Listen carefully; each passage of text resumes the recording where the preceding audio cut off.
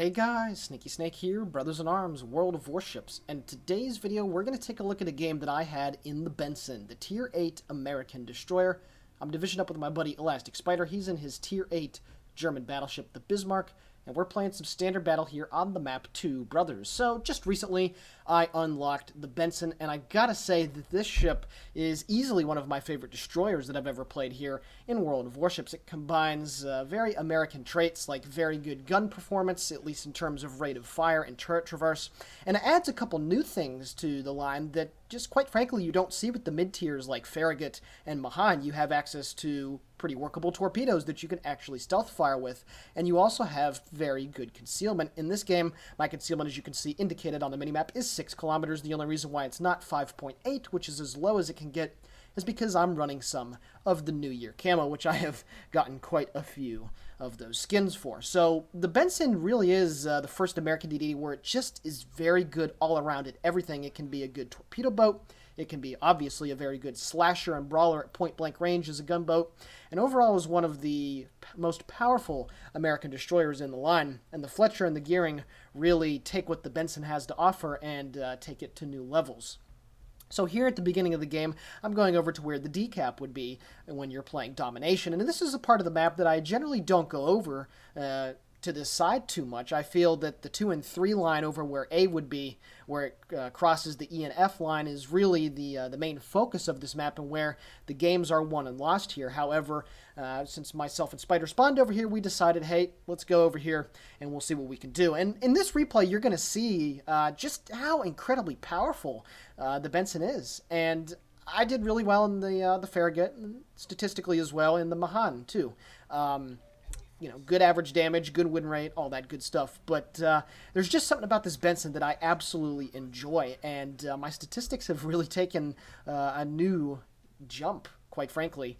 And as I'm getting ready here to engage these battleships, we got an enemy Bismarck, got a Tirpitz, there's a Gneisenau, there's also an Otago coming over here as well. You're just going to see that even though that there's a lot of equal tier battleships, a little lower tier ships too with the Scharnhorst, I'm not scared at all. And I'm going to get nice and close to these enemy ships, and I'm going to get my guns working. So right here at the beginning of the game, just 2 minutes in, I pop my smoke, and I begin to send rounds downrange. And the rate of fire on the Benson also takes a nice jump up from the Mahan. The Mahan's reload is about, I think, 3.5, 3.6 seconds. With the Benson here, it's down to 3 on the dot.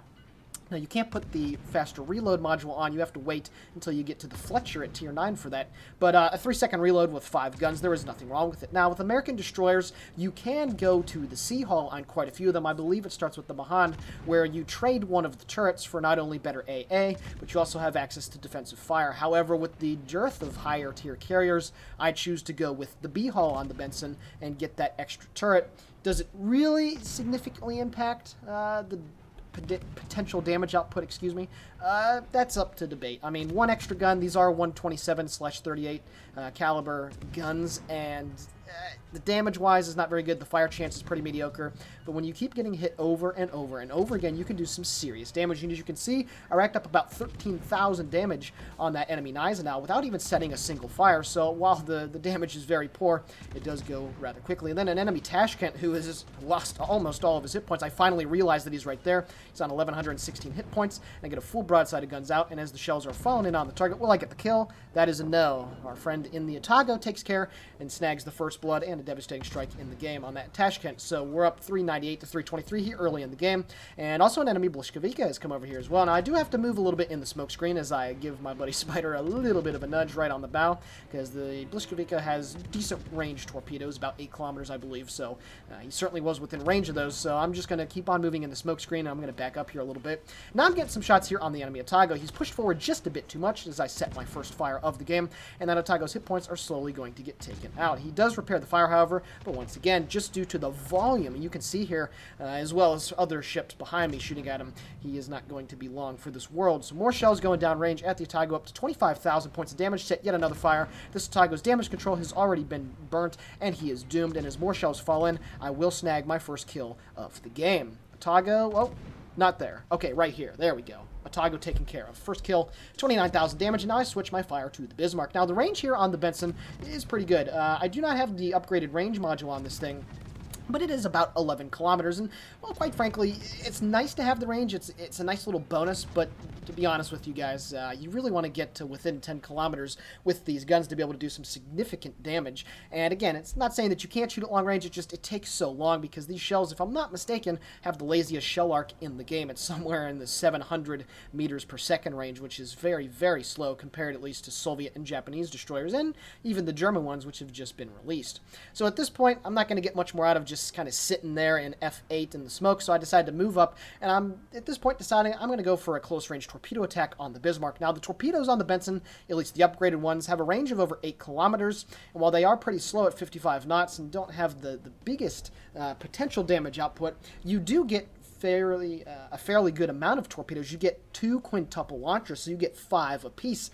And again, although the damage isn't the best, and I don't even believe it's over 15,000 damage on a max roll, you can get 10 of these bastards going down range. And it's something that, you take 6 or 7 of them, you're still going to be taking quite a bit of damage. Now, this Bliskavika comes around the corner 5 kilometers, and you're going to see here why American DDs eat these things alive at point-blank range. Yes, he does have 7 guns, and they are higher caliber. However, you can see my rate of fire is just chewing through his hit points. I've only lost about 1,000 to him, and in the meantime, I've taken his down by over 7,000 as he continues to get hit by more shells. Some shells that appears from a friendly turrets come flying in, leave him on 75 health, and I get my second kill of the game, 38,000 hit points, and we've destroyed 3 enemy ships and have only lost 1. 455 to 320 is the score. So at this point, unfortunately, I do take some fire damage from the Bliskavika about a minute ago, and then I use my repair, and I've got lit and fire again. Now, this Bismarck knows that I'm here, and as you can see on the minimap, while I was engaging the Bliskavika, he decided to turn about and head back the other direction, so I launched my torpedoes well in front of the gray indicator, assuming that he's going to keep on turning around and then head on a straight course. And as I do so, I'm now getting shots here at the Scharnhorst. My smoke just came back up, so even though I'm on fire and am detected, I'm going to continue to shoot shots downrange at the Scharnhorst and hopefully set yet another fire. You can see that his superstructure really hasn't been saturated thus far by high explosive shells, so I'm looking to get that fire set. As I look back towards my torpedoes, they look nice and good. The Bismarck did exactly what I figured that it would do, continue on a straight course, and the torpedoes will now slam home into the Bismarck, pick up my 3rd kill of the game, 3 solid hits, 78,000 points of damage, 3rd ship destroyed in the game, and I have been carrying pretty hard over here on this flank. Obviously, my buddy Spider and his Bismarck and the other ships behind me have been doing some pretty good damage and some supporting fire, keeping those battleships from really pushing in and trying to dislodge me, but I certainly have held my weight over here very well. But again, I do appreciate the help. As I continue to set my smoke screen, the Scharnhorst did go undetected as he appears yet again, so I now decide to switch fire to the knives now, and I can see that that Scharnhorst is now getting uncomfortably close. He's only 5.5 kilometers away, and he will continue to push in. Unfortunately, the Cyclone is now moving in. That's one thing I forgot to mention at the beginning. I didn't notice that the timer was going for the Cyclone, so now my advantage of having the really good stealth is kind of moot, because the Cyclone is going to reduce the detectability to 8 kilometers, so I only have about a 2-kilometer window to be able to stay undetected. There's also the enemy turrets at 7 kilometers as well, and it appears that the Scharnhorst is going to continue to rush my position. Now, one bad thing about the Benson, and obviously it's for game balancing purposes, is that the torpedoes have quite the lengthy reload. Something that is a good idea for your high-tier American DDs is to get the Captain skill, which reduces your torpedo reloading time by 10%. That's not a bad idea whatsoever, and as torpedoes come in off my starboard side, I immediately pull hard to starboard and go all stop. But you can see the Scharnhorst continues to come in at me, and as I see more torpedoes coming, hopefully I'll be able to get out of the way. Unfortunately, I'm going to take a really bad torpedo here. Luckily, it doesn't kill me, only do 9,300 points of damage, but now my torpedoes are reloaded, and I launch yet another 10 torpedo salvo into the smoke as the Scharnhorst continues to move in, and if these torpedoes do not kill this German Tier 7 premium battleship, I am going to be dead. Up to 90,000 points of damage, more shells are falling in. As he goes into my smoke, he will disappear from view, and I get 1 hit, hopefully 2 more. There we go. 4th ship destroyed, up to 111,000 points of damage. Very good stuff here. And yeah, I got to keep on running away. So many ships destroyed on this flank, and yet we are still losing the game. We have each lost 5 ships. 386 to 396 is the score. And I'm getting some more shots downrange at the Bismarck, or excuse me, the Tirpitz. Now, this is not necessarily a good idea. I misjudged the distance that I was away from that German battleship, but I am able to start a fire as shells come whizzing in by. Luckily, that one that just missed me off my port side did not penetrate and go through the length of my ship, or I certainly would have been taken care of. So what have you seen thus far here? Getting in close, relatively close, and utilizing just the immense rate of fire on these guns, and being able to use the torpedoes when the situation dictates. And I have managed to hit 5 torpedoes, so quite a bit of the damage that I have caused as the ticker continues to go up, because I did set yet another fire, is from the torpedoes. And I really enjoy the torpedoes on this ship. Again, they're pretty slow. 55 knots is very slow indeed for high-tier destroyer torpedoes, or, torpedoes on any ship, at that matter. But they, they're good. They're not bad whatsoever.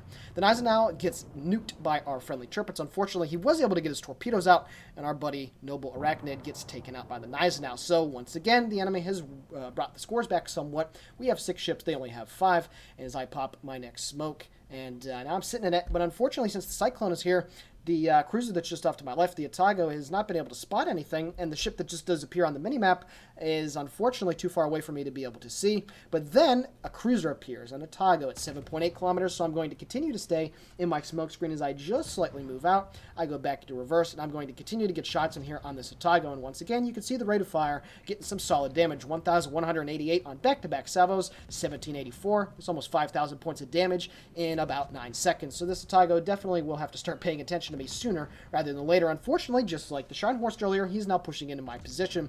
So I decided to launch 1 torpedo salvo, and then I'm going to continue to monitor what he's doing. If he continues on his current course, he is going to run into my torpedoes. I do set yet another fire, and now I'm using my armor piercing. One thing that I have yet to mention is that the AP on American DDs is extremely capable. It ranges of about 5 kilometers and under if they're giving you a perfect broadside. Unfortunately, the Otago starts to angle in at me, so I decide to switch back to the high explosive. Now, he is going to turn and get out of the way. Unfortunately, however, I do not aim my second set of torpedoes far enough to the left, well left of the gray indicator, to be able to have an opportunity to score a hit. So at this point, I'm assuming that Otago is going to continue to push the smoke, and if he'd been paying any attention to my torpedoes that I'd sent downrange, he would know that I still have quite a long time until my torpedoes are going to be reloaded. And unfortunately, as I came out of the smoke, the Tirpitz spotted me for just a split second. Luckily, the Otago doesn't have the fastest turning turrets in the world, and I am not shot at. But at this point, I have to get out of here. There is nothing more that I'm going to be able to do. All of my support over here has unfortunately died, and with 140,000 damage done so far, and quite the impact felt over here on this eastern flank, we're down ships. They have 4, and we have 3. Now, what you're going to see happening next here within a couple minutes is going to be absolutely heartbreaking. So at this point, we have 2 ships in the enemy cap. There is a friendly Farragut, and there's a friendly North Carolina. The Tirpitz and, of course, the Otago are going back to try and reset the cap and, defend their base. And we've capped it 3/4 of the way. And at this point, all those ships have to do, our friendly ones that is stay right at the mouth of the mid-channel and just wait, and we will get the victory. There's only about 10 to 15 seconds left until they cap the base, so there's no point for them to stick their necks out at the headland there at D6, and somebody does, and the cap gets reset. So a good play by the enemy team, that much is for certain, as the North Carolina nukes the Otago, but we could have won the game by the time that Otago was able to get any decent shots in there. So once again, the cap gets reset, but there are still 2 of them capping it. So at this point, I feel that the game is pretty much in the bag. All that needs to happen is, it appears on the minimap anyway, that the Farragut and the North Carolina are going to charge the Tirpitz, and that Farragut certainly is not going to be able to miss a point-blank range torpedo attack, right?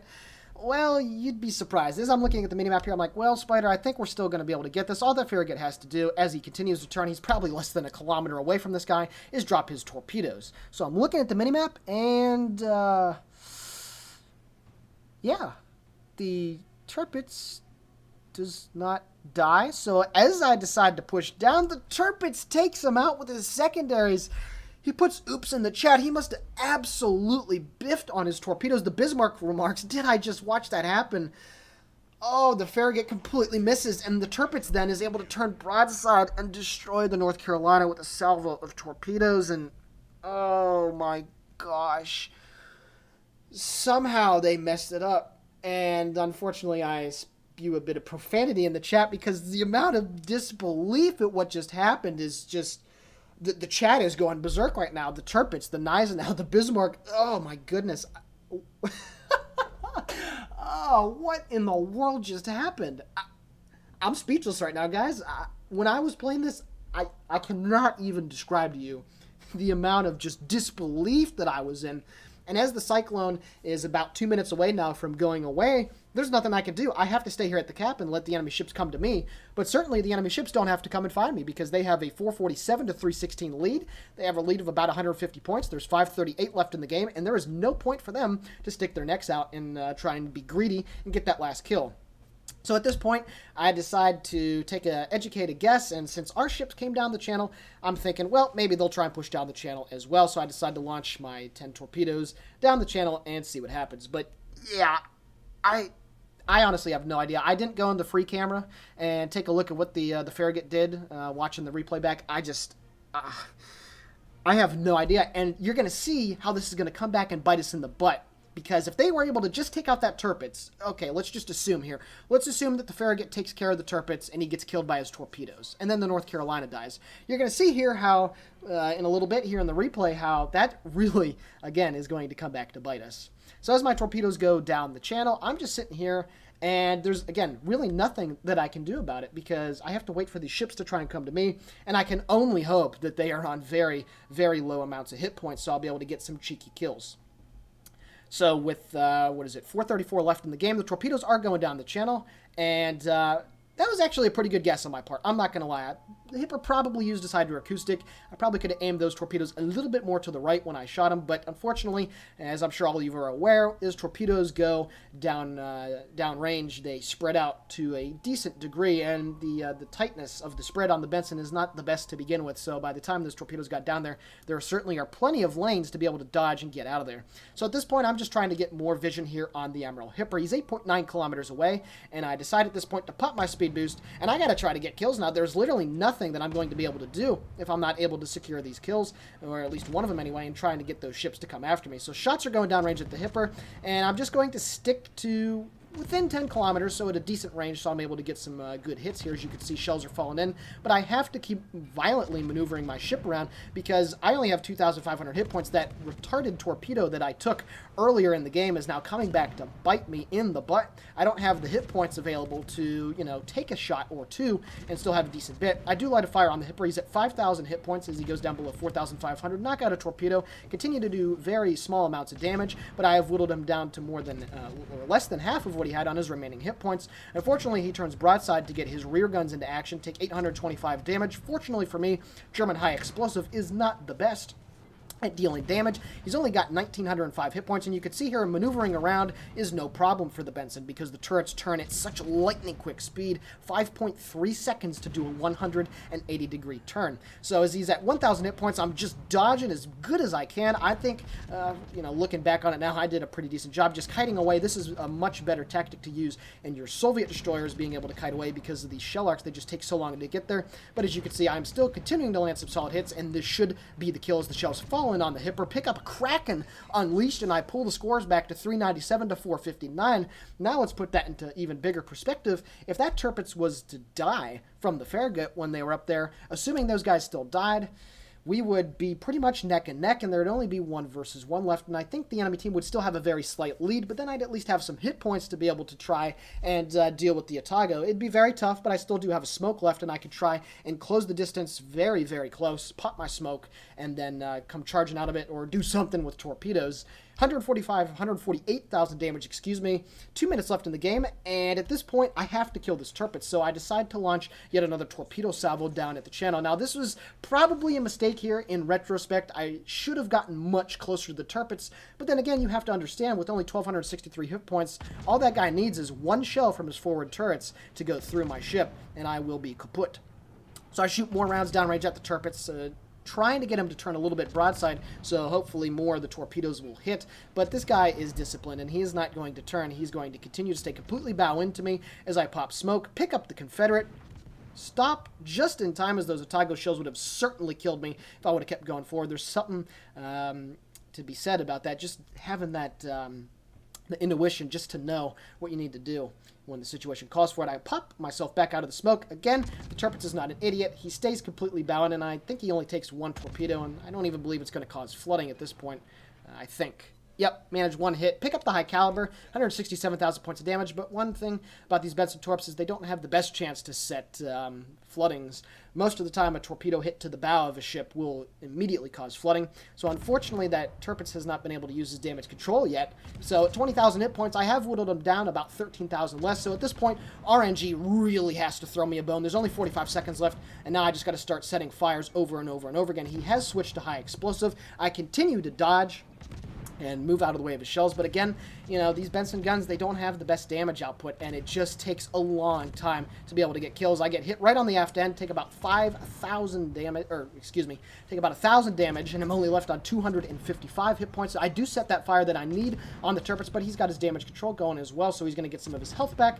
And as I turn to get out of the way, he shoots more of his rear turrets at me, still trying to get out, doing okay. Only 11 seconds left, and at this point, I'm just not going to be able to win this game. And unfortunately for me, right as the game is about to end, as I turn back away, one of the Tirpitz's shells is going to impact me in the butt, and the game ends a crushing defeat in the Benson on two brothers. Alrighty guys, taking a look now at the post-battle results, almost 400,000 credits earned in defeat, 2,376 total XP earned, Confederate Kraken and High Caliber, 174,000 points of damage, almost 400 target hits with the guns and 6 with the torpedoes, 5 ships destroyed, 9 fires set, and of course the 1 defended the cap ribbon. Taking a look now at the team score, 1,508 base XP on the losing team.